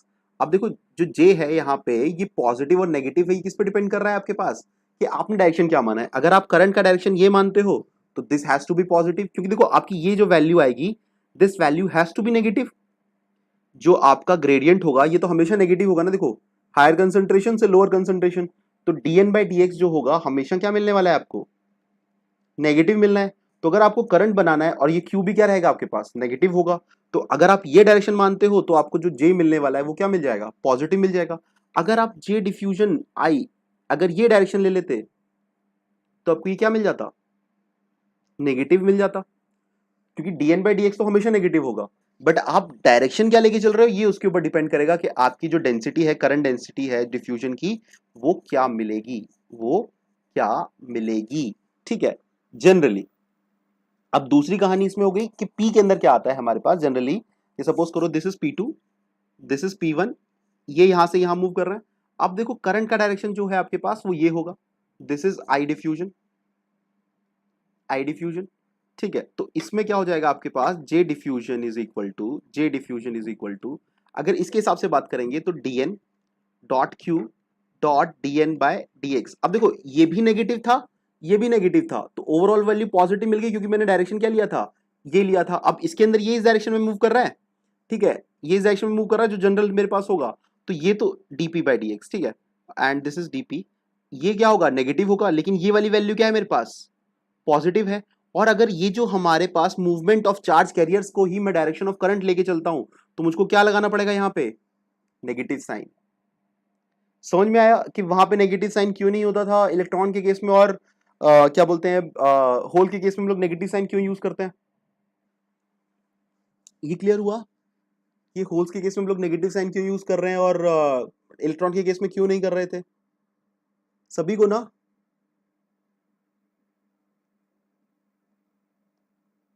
Main कहानी तो आपके पास जो चार्ज कैरियर्स का डायरेक्शन है उसके हिसाब से कि इलेक्ट्रॉन दे आपके पास, सपोज करो ये है इलेक्ट्रॉन यहाँ पे मूव कर रहा था, ठीक है, इलेक्ट्रॉन यहाँ मूव कर रहा था, करंट का डायरेक्शन क्या होगा, ये होगा हमारे पास जो जनरल मेरे को मिलना चाहिए। ओके देखो this is N2 concentration gradient, N2 N1, ठीक। ओके तो यहाँ पे अब देखो इलेक्ट्रॉन अगर यहाँ मूव कर रहा है तो जो डायरेक्शन होगा वो ये होगा, I डिफ्यूजन। अब अगर मैं इसको अपना बेसिक लेके चलता हूं तो J diffusion I divided by A, J diffusion is equal to Q dn dn dn by dx। अब देखो जब ये वैल्यू निकालोगे तो ये वैल्यू क्या होती है आपके पास, डेफिनेटली नेगेटिव होती है। चार्ज ऑन इलेक्ट्रॉन क्या होता है आपके पास, नेगेटिव होता है, ये भी नेगेटिव, ये भी नेगेटिव, तो क्या मिल गया आपको, पॉजिटिव। अब जे डिफ्यूजन का डायरेक्शन पॉजिटिव है क्योंकि आपने जो डायरेक्शन लिया था, क्योंकि हमने ये था इलेक्ट्रॉन यहाँ फ्लो कर रहे हैं तो करंट यहाँ फ्लो कर रहा होगा, ये डायरेक्शन माना है तो हमने इसको कंसिडर कर लिया। इसके बाद सपोज करो अगर आपके पास होल्स होते, अगर आपके पास होल्स होते, so this was your P2, this is your P1, electron जो है अब आपके पास होल्स हैं तो होल्स यहाँ पे मूव कर रहे हैं, तो जो करंट है वो क्या होता है, होल्स के डायरेक्शन में होता है। इसका मतलब आपने जो डायरेक्शन लिया है वो ये लिया है, this is I diffusion in case of holes. तो देखो जब आप यहाँ पे J डिफ्यूजन निकालोगे that is equal to Q dp dp by dx। अब देखो ये जो वैल्यू है, ये वैल्यू क्या है आपके पास, this value is basically negative, क्योंकि देखो कंसंट्रेशन क्या हो रही है यहाँ पे, कम हो रही है। अगर dp बाई dx की बात करोगे, dp बाई dx या dn बाई dx की, that is equal to p1 minus p2 divided by suppose करो x1 x2, ठीक है, तो final minus initial that is p1 minus p2 and x1 minus x2। तो ये तो पॉजिटिव है क्योंकि डिस्टेंस है, डिस्टेंस पॉजिटिव रहेगा, लेकिन ये वैल्यू मिली मेरे को क्या मिली, नेगेटिव। तो dp बाई dx या जो कंसंट्रेशन ग्रेडियंट है वो हमेशा क्या रहता है मेरा, नेगेटिव रहता है, तो ये वाला पार्ट मेरा नेगेटिव हो गया, लेकिन चार्ज ऑन होल्स क्या रहता है हमारे पास, पॉजिटिव। अब देखो मैंने ये डायरेक्शन माना है तो ये जो डायरेक्शन है मेरा होल्स के डायरेक्शन में था, अब ये जो करंट है मेरा ये पॉजिटिव आना चाहिए। अगर इसकी वैल्यू को मैं नेगेटिव ले लेता हूं तो ओवरऑल वैल्यू जो है मेरे पास नेगेटिव आ रही है, इसलिए हमने यहाँ पे क्या किया, एक माइनस साइन अपनी मर्जी से ऐड कर दिया ताकि मेरा जो करंट है वो इसी डायरेक्शन में रहे जिस डायरेक्शन में होल फ्लो कर रहे थे। मतलब हम जो करंट निकाल रहे हैं वो ये मान के चल रहे हैं कि अच्छा इलेक्ट्रॉन है तो उसके अपोजिट डायरेक्शन में फ्लो करना चाहिए, होल है तो उसके डायरेक्शन में फ्लो करना चाहिए। तो ये हमने दो डायरेक्शन किसके हिसाब से कि इलेक्ट्रॉन कैसे मूव कर रहे थे, होल किस हिसाब से मूव कर रहे थे। इसके अलावा अगर आप कोई डायरेक्शन लेते हो तो आप पॉजिटिव और नेगेटिव अकॉर्डिंगली लगा सकते हो। तो रेफरेंस जो होगा हमारा अकॉर्डिंगली इस तरीके से हम लोग ले लेते हैं। क्लियर हुआ? क्लियर हुआ? नारायण सर और प्रिया क्या बोलते हैं, कौर मैम?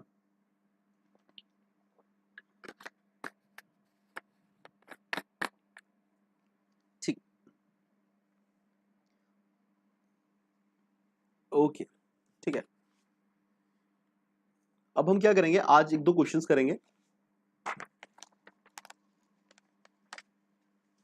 अच्छा, इसके अलावा एक चीज और है, इसके अलावा एक चीज है जिसको हम बोलते हैं आइंस्टाइन रिलेशनशिप। एक चीज है जिसको हम बोलते हैं आइंस्टाइन रिलेशनशिप, वो एज इट इज है।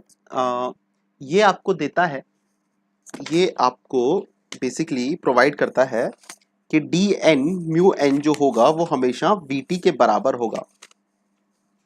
Just a minute.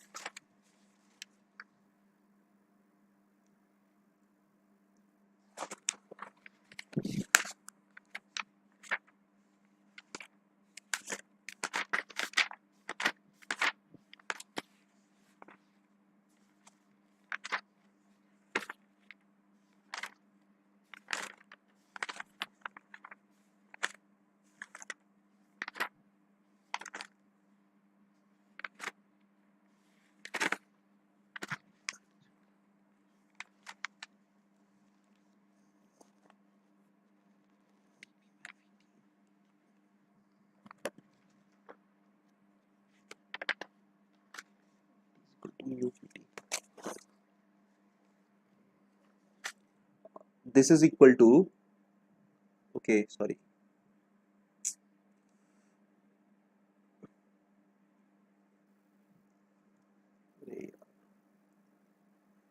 this is equal to diffusion constant, diffusion constant और मोबिलिटी का जो रेशियो होता है that is always constant, dp by mu p is equal to vt। This is diffusion constant, diffusion constant divided by mobility, mobility, and this vt is basically जैसे thermal energy थी वैसे ही हमारे पास आया thermal voltage, and this vt is equal to same kt by q। ये Boltzmann constant है, q charge है, बट अब जो हम वैल्यू लेंगे वो वोल्ट्स के हिसाब से लेंगे, एंड t इज टेम्परेचर। तो vt की वैल्यू भी आपके पास सेम ही होती है, t divided by 11,600, and temperature is in kelvin, temperature is in kelvin. ये हमारे पास आइंस्टाइन रिलेशनशिप होता है। ठीक, ओके, अब हम करते हैं कुछ क्वेश्चंस।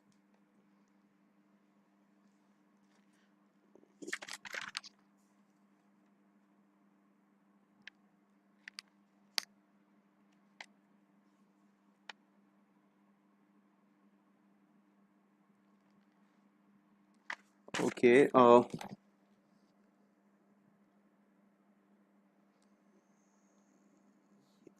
अभी इसके अलावा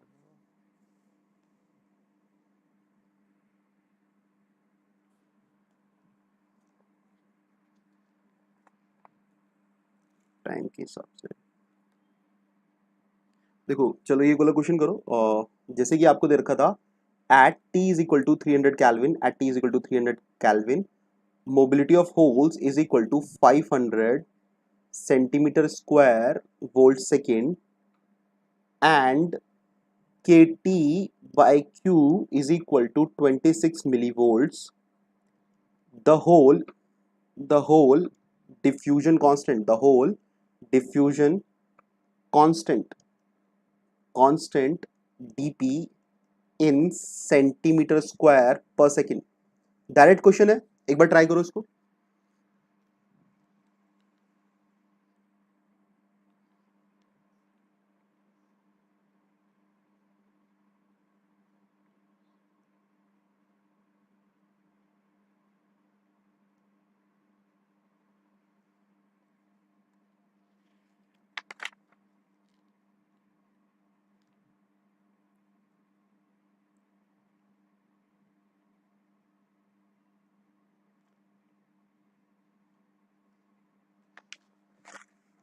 सर ईवी और वी यूनिट में डिफरेंस क्या होगा?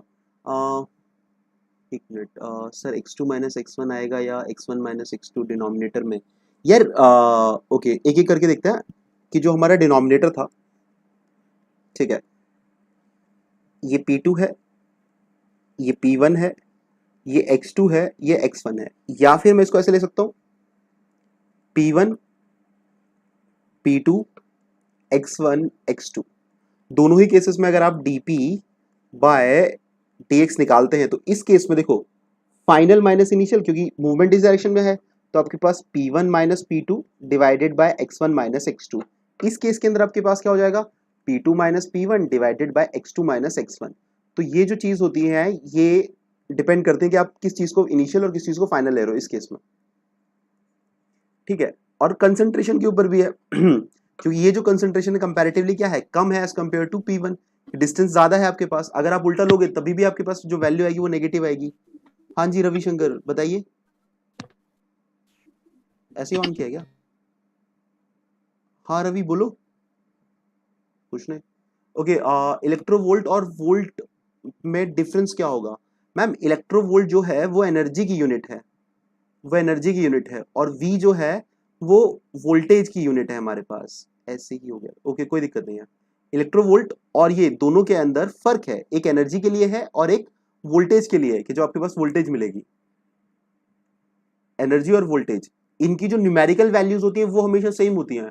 थर्मल एनर्जी और थर्मल वोल्टेज, इनकी जो वैल्यूज होंगी वो हमेशा मैग्नीट्यूड वाइज सेम होंगी, लेकिन उनकी जो मीनिंग्स होंगे वो बहुत डिफरेंट होंगे। इसको आप एनर्जी के टर्म्स में निकालते हो और इसको आप वोल्टेज के टर्म्स में निकालते हो। क्लियर है शायद मैम? ओके अच्छा, ये था हमारे पास, ठीक है। अब इस केस में क्या था, देखो इस केस में क्या करना था आपको, KT बाई क्यू दे रखा है, और देखो उसने आगे यूनिट भी दे रखी है आपको कि KT by Q is equal to 26 millivolt. That is basically, अब ये किसकी बात कर रहा है? VT की बात कर रहा है।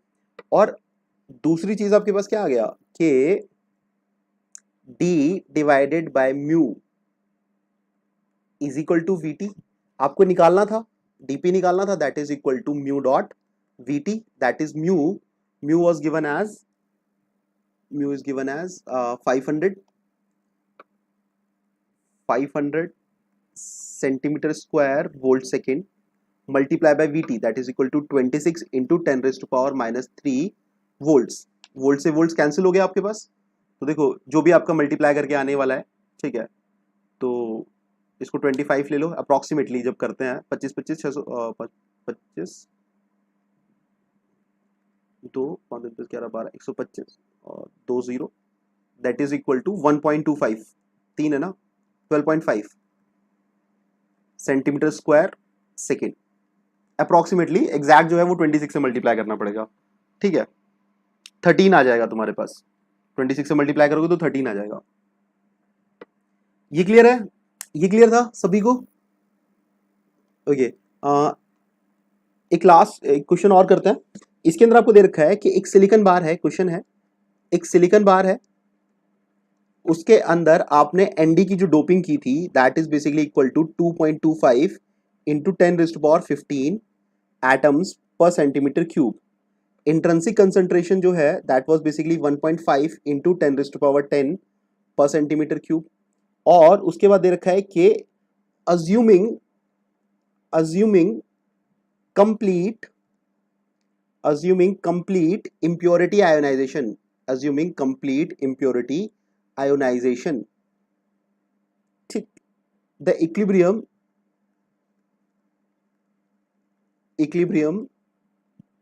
electron and hole concentration ये क्वेश्चन तो शायद हमने करा था ना कल, ये क्वेश्चन तो शायद हमने किया था ना, ये क्वेश्चन कल किया था ना हम लोगों ने, कोई भी ये क्वेश्चन किया था ना हम लोगों ने? ओके अब देखो इसी क्वेश्चन के अंदर देखो, जैसे इस साल, ठीक है, जब अगर किया था, अगर इस साल आपका ये नहीं आता है, जैसे आपको सपोज करो ये जो है क्वेश्चन जो है अभी क्या लिखा होता, कंप्लीट इंप्योरिटी आयोनाइजेशन, इसका मतलब कोई बताएगा? कंप्लीट इंप्योरिटी आयोनाइजेशन का मतलब क्या है? कंप्लीट इंप्योरिटी आयोनाइजेशन का मतलब क्या होगा यहां पे? कंप्लीट इंप्योरिटी आयोनाइजेशन का मतलब क्या है?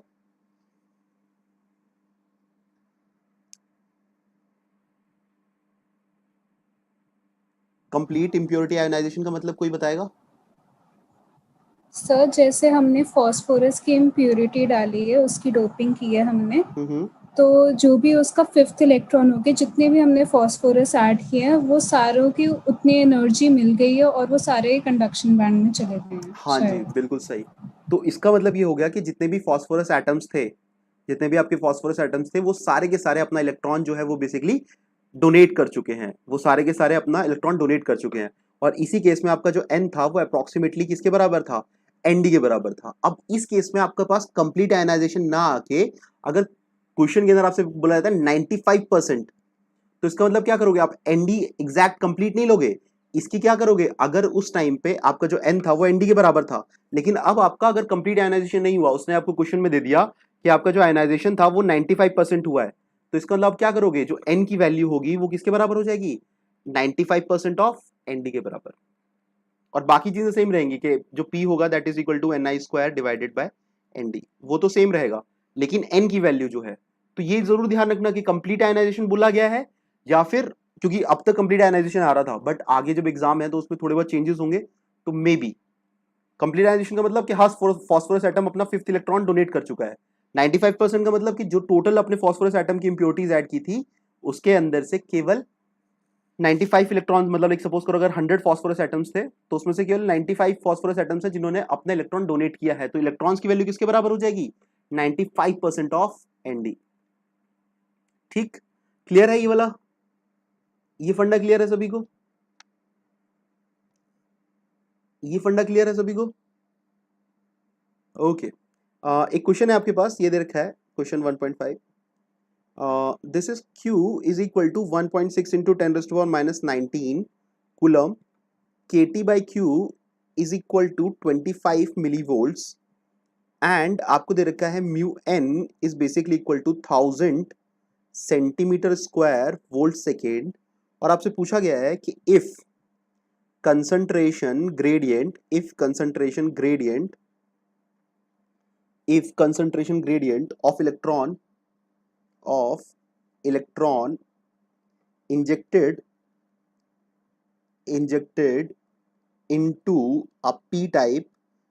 a p-type silicon sample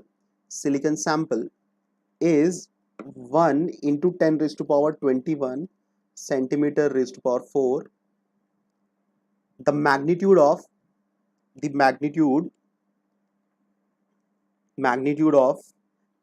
electron diffusion current density in ampere per centimeter square। Try करो उसको।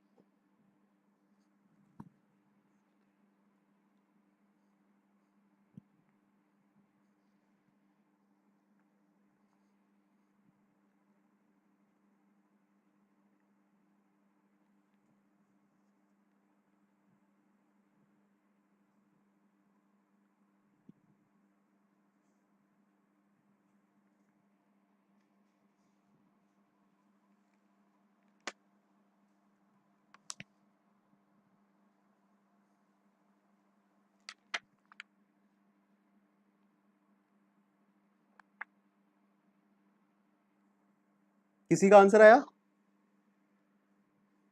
किसी का भी आंसर आया? क्वेश्चन समझ में आया किसी को? 2 मिनट करो, अदरवाइज मैं सॉल्व करता हूँ उसको।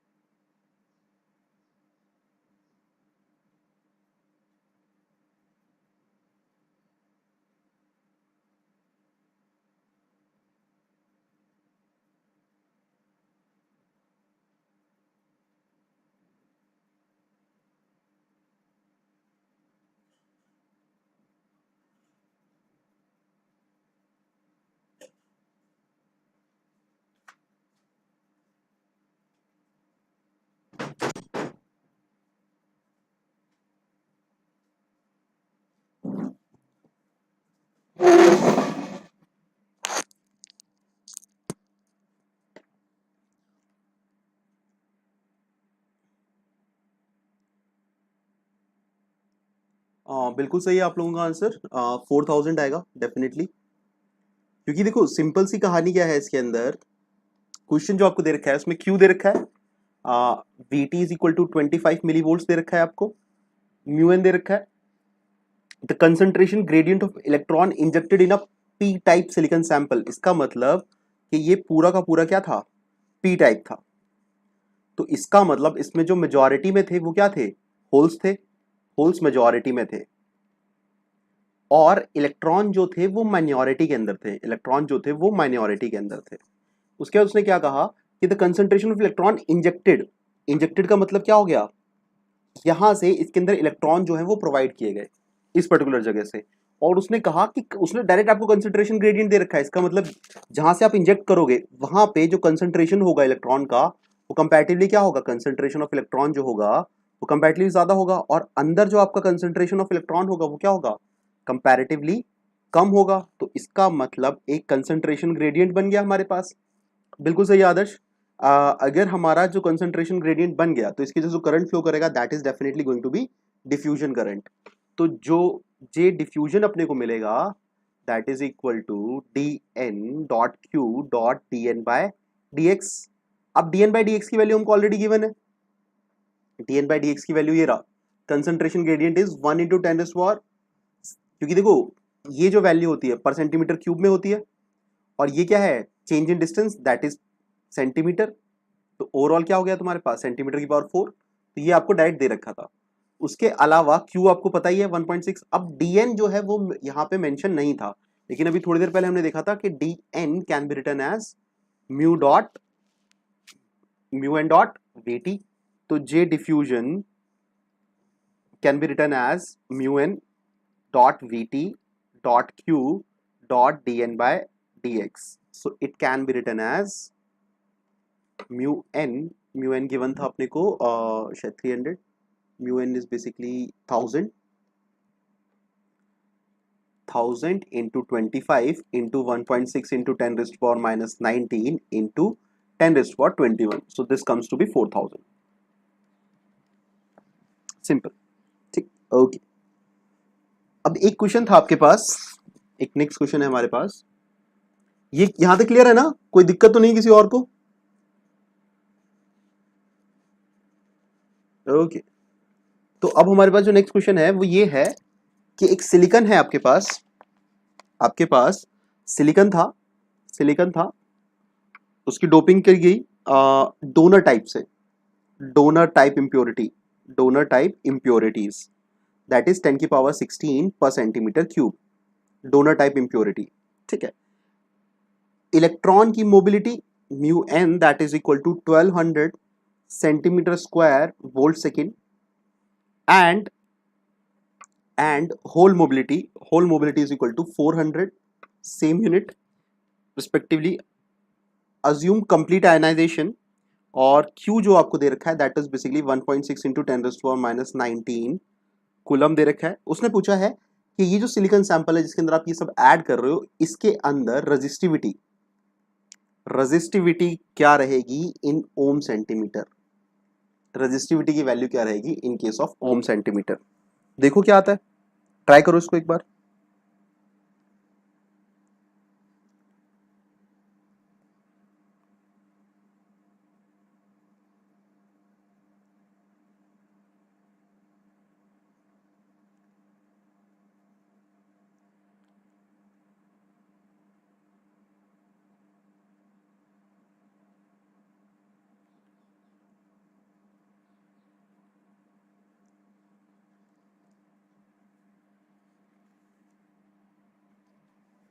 कोई भी क्या आंसर आया इसके अंदर?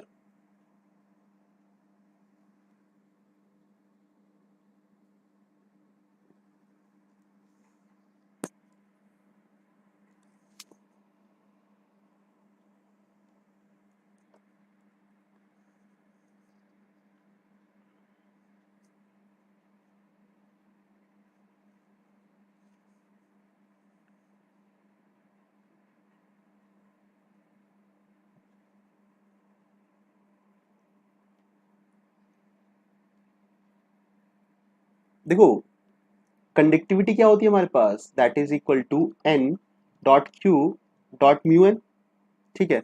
और ये जब ये क्या है हमारे पास, दोनों टाइप इम्प्योरिटीज, मतलब कि क्या बन गया हमारे पास, एन टाइप सेमीकंडक्टर, इसका मतलब conductivity is equal to N D dot Q dot mu N. और रेजिस्टिविटी क्या होती है, resistivity rho is equal to 1 by sigma, so that is equal to 1 divided by N D dot Q dot mu N. आपको सारी values दे रखी है, आपको दे रखा है एन डी दे रखा है 1/10⁻16 into 1.6 into 10⁻−16 -19 into mu N. अब देखो इसके अंदर से ना ये जो वैल्यू है ये अननेसेसरी है, इसका कोई मतलब ही नहीं है यहाँ पे, आप इसको यूज करोगे नहीं करोगे कोई फर्क नहीं पड़ता, क्योंकि जो आप निकाल रहे हो रेजिस्टिविटी वो बिकॉज किसके लिए निकाल रहे हो, केवल इलेक्ट्रॉन्स की वजह से निकाल रहे हो, तो यहाँ पे क्या आ जाएगा 1200। अगर आप चाहते कि जो कंबाइंड होता आपके पास कंबाइंड कंडक्टिविटी होती that is equal to N D dot Q dot mu N plus N I square divided by N D dot Q dot mu P.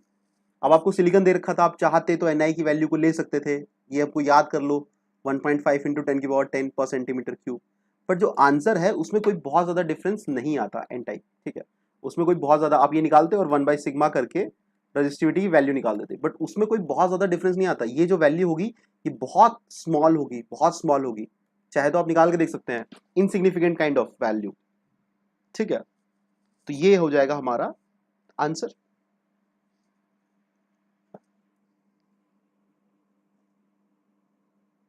Clear है, सिंपल,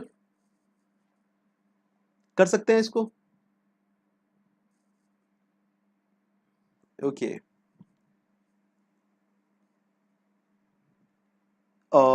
एक लास्ट क्वेश्चन है हमारे पास कि आपको दे रखा है, आपको दे रखा है कि एक डीसी वोल्टेज है, एक डीसी वोल्टेज है, DC voltage of 10 volt is applied across n type, applied across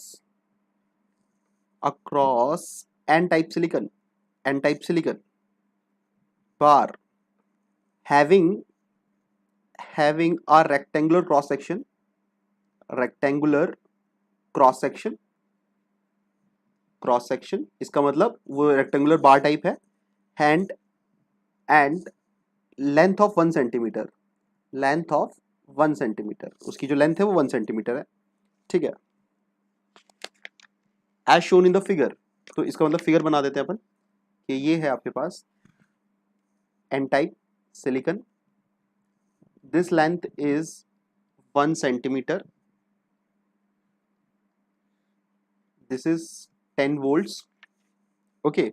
अब उसके अंदर आपको दे रखा है कि donor type impurity, donor type impurity ND that is equal to 10⁻16 per centimeter cube and mu n that is equal to 1000 centimetre square volt second. उसके बाद आपसे पूछा गया है कि average time taken by electron to move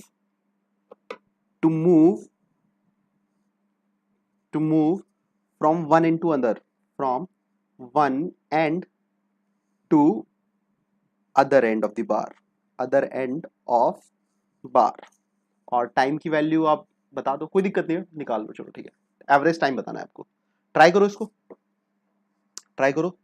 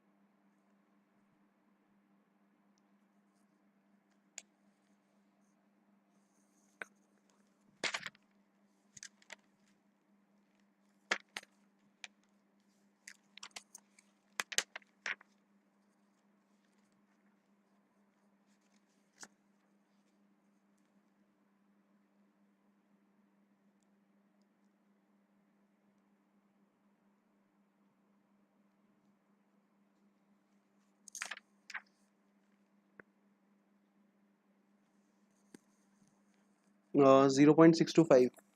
okay, कैसे किया ma'am? क्योंकि आंसर थोड़ा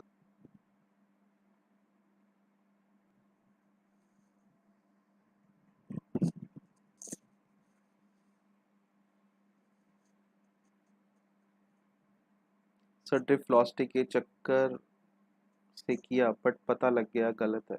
ओके ठीक है सर, तरीका सही था, आंसर गलत आया। देखो सर ने बिल्कुल सही किया था। अब इसमें कहानी क्या है, इसमें कहानी क्या है कि आपके पास 10 वोल्ट है, 1 सेंटीमीटर का ये बार है। इस बार के ऊपर जो इलेक्ट्रिक फील्ड लगेगी, ई क्या होता था हमारे पास, E is equal to D V by D X. But यहाँ पे आपका जो वोल्टेज है थ्रू आउट क्या रहने वाली है, सेम ही रहेगी। आप किसी भी पॉइंट पे इलेक्ट्रिक फील्ड लगाओगे आपको सेम मिलेगी इसके अंदर, क्योंकि क्या है, मटेरियल इसका थ्रू आउट सेम है। तो ई की वैल्यू कितनी मिल जाएगी आपको, 10 डिवाइड की वैल्यू कितनी मिल जाएगी आपको, 10 divided by 1 that is equal to 10 volt per centimetre, first case. ठीक है, उसके बाद ड्रिफ्ट वेलोसिटी जब आपको निकालोगे इसके अंदर, जब आप ड्रिफ्ट वेलोसिटी निकालोगे तो ड्रिफ्ट वेलोसिटी कितना हो जाएगा आपके पास, drift velocity is equal to mu dot E, mu N dot E. Mu की वैल्यू अपने को दे रखी है 1000 into electric field is basically 10, so that is equal to 4, 10 raised to power 4। ठीक है, VD, यस मैम 100, बिल्कुल सही। और VD वेलोसिटी जो होती है हमारे पास, that is basically equal to distance upon time. तो टाइम क्या हो जाएगा हमारे पास, time is equal to distance divided by velocity. तो डिस्टेंस हमारा कितना है, एक एंड से दूसरे एंड के बीच में 1 सेंटीमीटर, और वेलोसिटी कितनी है हमारे पास, 10 raised to power 4। ठीक है, और ये जो हमारे पास वैल्यू आएगी, ये आएगी हमारे पास सेकंड्स के अंदर। अगर हम इसको माइक्रोस में निकालते हैं तो 10 की power 6 divided by 10 raised to power 4 micro seconds, that is equal to 100 micro seconds. ठीक,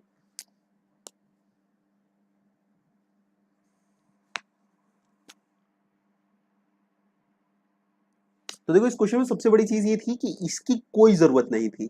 दूसरी चीज ये थी कि जो हमारे पास इलेक्ट्रिक फील्ड होती है, ठीक है, उसके बारे में एक फंडा था कि हाँ भैया इलेक्ट्रिक फील्ड जो होगी हमारे पास वो थ्रू आउट जो रहेगी वो सेम रहेगी। कहीं पे भी आप इलेक्ट्रिक फील्ड निकालोगे वो आपको क्या मिलने वाली है, सेम मिलने वाली है।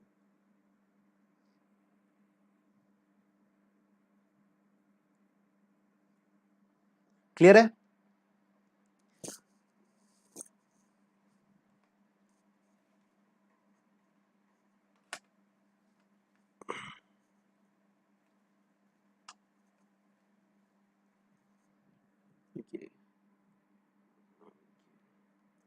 ठीक है, अब देखो यहां से ना एक चीज और निकल के आती है हमारे पास कि सपोज करो आपके पास ना इस तरीके से एक वो था, मटेरियल था, ठीक है, सेमीकंडक्टर था, N type semiconductor, N type semiconductor. अब यहाँ पे आप क्या कर रहे हो, सपोज करो एक वोल्टेज लगा देते हो, this is 1 volt, this is basically ground. ठीक है, आप क्या करना चाहते हो, आप इलेक्ट्रिक फील्ड निकालना चाह रहे हो, इलेक्ट्रिक फील्ड प्लॉट करना चाह रहे हो। ठीक है, electric field, this value is basically suppose करो 1 सेंटीमीटर।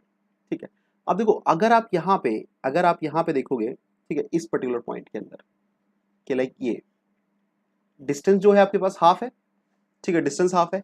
इसका मतलब अगर ये मटेरियल सेम है तो ये सपोज करो मैं इसको रेजिस्टेंस R1 मान लेता हूँ, इसको सपोज करो रेजिस्टेंस R2 मान लेता हूँ। ठीक है, तो ये जो रेजिस्टेंस होंगी R1 और R2 ये सेम होंगी कि डिफरेंट होंगी, जो रेजिस्टेंस R1 और R2 होगी, ये जो रेजिस्टेंस होंगी वो सेम होंगी कि डिफरेंट होंगी हमारे पास, ये जो रेजिस्टेंस होगी R1 और R2, ये जो रेजिस्टेंसेस हैं ये दोनों सेम होंगी कि डिफरेंट होंगी, R1 और R2। अगर मैं सपोज करो इस मटेरियल को दो रेजिस्टेंस में डिवाइड कर देता हूं तो जो R1 और R2 होगा वो मेरे पास सेम होगा कि डिफरेंट होगा, सेम होगा। इसका मतलब जो वोल्टेज यहां पे होगी वही वोल्टेज आपके पास यहां पे होगी। अगर मेरा जो मटेरियल है वो सेम टाइप के सेमीकंडक्टर से बना है तो जितने एटम्स यहाँ पे प्लेस्ड होंगे उतने ही एटम यहाँ पे प्लेस्ड होंगे और सेम कॉन्फ़िगरेशन में होंगे, तो इसका मतलब हाफ की जो रेजिस्टेंस है वो दोनों की बराबर होगी। तो इसका मतलब यहाँ पे भी जो होगी आपके पास वोल्टेज क्या रहेगी, इतने पार्ट में सेम रहेगी। और ये जो डिस्टेंस है, ठीक है, ये जो डिस्टेंस है ये दोनों के अंदर सेम है। तो अगर आप देखोगे तो वोल्टेज डिवाइडेड बाय सेंटीमीटर, और अगर यहां से भी निकालते हो वोल्टेज डिवाइडेड बाय सेंटीमीटर, ये भी क्या मिलेगा आपको, सेम मिलेगा, मतलब electric field in this part and electric field in this part is same, even though अगर आप जैसे सपोज करो इसको इस तरीके से करोगे, दिस इज लाइक सपोज करो रेजिस्टेंस पूरा R था, तो ये जो रेजिस्टेंस थी ये R/2 थी। अगर ऐसे ही अगर आप 1/4 लेते हो, 1/4 लेते हो तो रेजिस्टेंस भी क्या हो जाएगी आपके पास, R/4 हो जाएगी, ठीक है। और डिस्टेंस भी कितना है आपके पास, हाफ है, तो वोल्टेज भी अकॉर्डिंगली ड्रॉप होगी इसके अक्रॉस, तो भी आपके पास इलेक्ट्रिक फील्ड क्या मिलेगी आपको, सेम मिलेगी। तो इसका मतलब अगर आपके पास कोई यूनिफॉर्मली डोप सेमीकंडक्टर है, उसके अंदर आपको, अगर आप सेंटीमीटर लाइक डिस्टेंस है ये आपके पास, ठीक है, आप इलेक्ट्रिक फील्ड प्लॉट कर रहे हो, तो जो आपकी इलेक्ट्रिक फील्ड है वो थ्रू आउट क्या रहेगी, कांस्टेंट रहेगी, एक्सेप्ट इस पर्टिकुलर पॉइंट पे, क्योंकि इस पर्टिकुलर पॉइंट पे जो आपका डिस्टेंस है वो क्या है, 0, और voltage divided by distance that is 0, that is equal to infinity. इसका मतलब बेसिकली इस पर्टिकुलर पॉइंट पे जो आपका एज है, जो एज होगा स्टार्टिंग वाला, उसके ऊपर जो आपकी इलेक्ट्रिक फील्ड होगी वो डिफाइंड होगी, अदरवाइज आपकी इलेक्ट्रिक फील्ड जो होगी थ्रू आउट कॉन्स्टेंट रहेगी। Electric field is constant throughout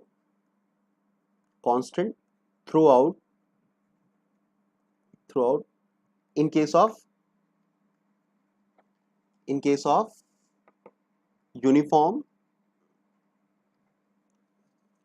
uniform doped semiconductor, and it is basically इस एक पॉइंट है, बेसिकली जो डिसकंटिन्यूटी है ना वो सिंगल एक पॉइंट पे आ रही है, क्योंकि यहाँ पे मुझको नहीं पता है कि क्या होगा, बाकी यहाँ मेरे को कहीं पे भी निकालना होगा मैं बता सकता हूँ। थ्रू आउट जो है अंदर सिस्टम के अंदर हमेशा क्या होगा, आप इलेक्ट्रिक फील्ड निकाल के देखोगे, आप कैलकुलेट करके भी देख सकते हो, आपकी इलेक्ट्रिक फील्ड जो होगी वो डिस्टेंस से डिपेंड नहीं करेगी और वो थ्रू आउट क्या रहेगी, कांस्टेंट रहेगी, ठीक है। इस कंसेप्ट में किसी को कोई दिक्कत,